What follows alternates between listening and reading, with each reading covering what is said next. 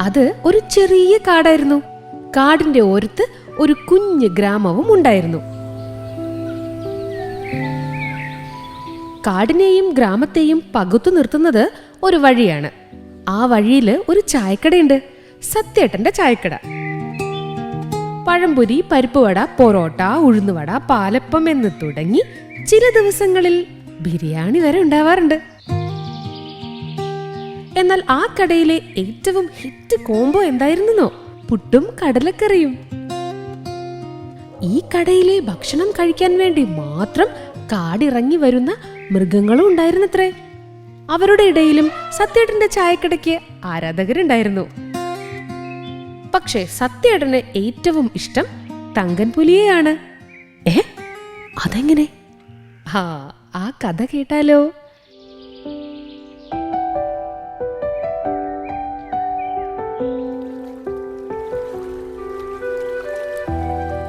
കണ്ണാടി പോലെ തിളങ്ങുന്ന കാട്ടിലെ പുഴയായിരുന്നു മിന്നും പുഴ. മിന്നും പുഴയുടെ തീരത്തെ കാട്ടിലെ തങ്കൻപുലിക്ക് രണ്ട് ആശയേ ഉണ്ടായിരുന്നുള്ളൂ. 1, മിന്നും പുഴ നീന്തിക്കടക്കണം. 2, സത്യേട്ടന്റെ കടയിലെ പുട്ടും കടലക്കറിയും കഴിക്കണം. ഒരിക്കൽ കാട്ടിൽ നിന്ന് കുറച്ച് തേൻ കിട്ടിയപ്പോ അത് കൊടുത്ത് പുട്ടും പപ്പടവും തങ്കൻപുലി കഴിച്ചിട്ടുണ്ട്. അന്ന് കടലക്കറി തീർന്നു പോയിരുന്നു. അതിൽ തങ്കന് ഇത്തിരി നിരാശയുണ്ടായിരുന്നു. ഈ സത്യേട്ടനെ നല്ല ആളാണ്. മനുഷ്യരെന്നോ മൃഗങ്ങളെന്നോ തരംതിരിവൊന്നും മൂപ്പർക്കില്ല. ആര് വന്നാലും സത്യേട്ടൻ പലഹാരവും ചായയും ഒക്കെ കൊടുക്കും. മനുഷ്യനാണെങ്കിൽ പണവും, മൃഗങ്ങളാണെങ്കിൽ കായ്കനികളോ തേനോ ഒക്കെ പകരം കൊടുക്കണം. ഇതൊപ്പിക്കാൻ വലിയ പണിയാണല്ലോ. അതുകൊണ്ട് തങ്കൻപുലി പിന്നെ സത്യേട്ടന്റെ കടയിലേക്ക് പോയിട്ടില്ല. പിന്നെ പുഴ നീന്തൽ, അതിനാണ് കഷ്ടപ്പാട്. ഒറ്റയ്ക്ക് പുഴയിലേക്ക് ഇറങ്ങാൻ ലേശം പേടിയുണ്ട്. അപ്പോ അവൻ പലരെയും കൂട്ടിന് വിളിച്ചു. കാട്ടിലെ ആസ്ഥാന വികൃതിയായിരുന്നതുകൊണ്ട് തങ്കൻപുലിയുടെ കൂടെ ആരും പോയില്ല. അന്നു മുതൽ അവൻ ഓരോ ദിവസവും മിന്നും പുഴയുടെ കരയിൽ പോയിരിക്കും. അക്കരയ്ക്ക് എത്ര ദൂരമുണ്ടെന്ന് കണ്ണുകൊണ്ട് അളന്നു നോക്കും. പുഴയോരത്ത് നീന്തുന്ന കുഞ്ഞിമീനിനോട് മിന്നും പുഴയുടെ ആഴം അളന്നു വരാൻ ആഹ്വാനം ചെയ്യും. ഇടയ്ക്ക് മിന്നും പുഴയിൽ കാലിട്ട് തണുപ്പ് എത്രയുണ്ട് എന്ന് നോക്കും. അങ്ങനെ ഇരിക്കെ ഒരു ദിവസം മിന്നും പുഴയുടെ ആഴം കുറഞ്ഞ ഭാഗത്തിലൂടെ പുഴ കടന്നു വരുന്ന ഒരു മനുഷ്യനെ തങ്കൻപുലി കണ്ടു.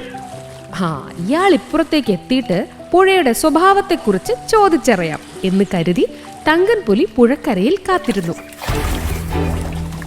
പെട്ടെന്ന് നോക്കിയപ്പോൾ അതാ അയാൾ വെള്ളത്തിൽ മുങ്ങുന്നു. അയ്യോ, ഇതെങ്ങനെ? ഇത് കണ്ടപ്പോ തങ്കൻപുലി മറ്റൊന്നും ആലോചിക്കാതെ പുഴയിലേക്ക് ചാടിയിറങ്ങി. എന്നിട്ട് നീന്തി നീന്തി ആ മനുഷ്യന്റെ അടുത്തെത്തി.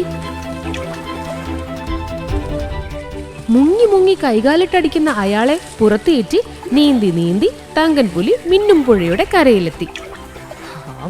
രണ്ടാൾക്കും അപകടമൊന്നും പറ്റാതെ രക്ഷപ്പെട്ടു കേട്ടോ. അതാരായിരുന്നോ? വഴിയോരത്തെ ചായക്കട നടത്തുന്ന സത്യേട്ടൻ. സത്യേട്ടൻ തങ്കൻപുലിയോട് കുറെ നന്ദി പറഞ്ഞു. ഒരു ദിവസം കടയിലേക്ക് ക്ഷണിക്കുകയും ചെയ്തു. തൊട്ടപ്പുറത്തെ മാവിൻ ചോട്ടിൽ കളിച്ചോണ്ടിരുന്ന കാട്ടിലെ കുട്ടികളൊക്കെ ബഹളം കേട്ട് ചുറ്റിലും കൂടിയിരുന്നു. സത്യേട്ടൻ ആ മൃഗങ്ങളോടൊക്കെയായി ഉറക്കെ പറഞ്ഞു. ഒരാൾ അപകടത്തിൽപ്പെട്ടിരിക്കുന്നത് കണ്ടപ്പോ ധൈര്യത്തോടെ രക്ഷിക്കാനിറങ്ങിയ തങ്കൻപുലിക്ക് ഇനി എന്റെ കടയിലെ പുട്ടും കടലയും ആജീവനാന്തം സൗജന്യായിരിക്കും. അത് കേട്ട് തങ്കൻപുലി അഭിമാനത്തോടെ ചിരിച്ചു. ചുറ്റും നിന്ന കാട്ടിലെ കുട്ടികൾ തങ്കനെ അഭിനന്ദിച്ചു. ആപത്തിൽപ്പെടുന്നവരെ സഹായിക്കുന്ന കുട്ടികളാണ് നല്ല കുട്ടികൾ, അല്ലേ?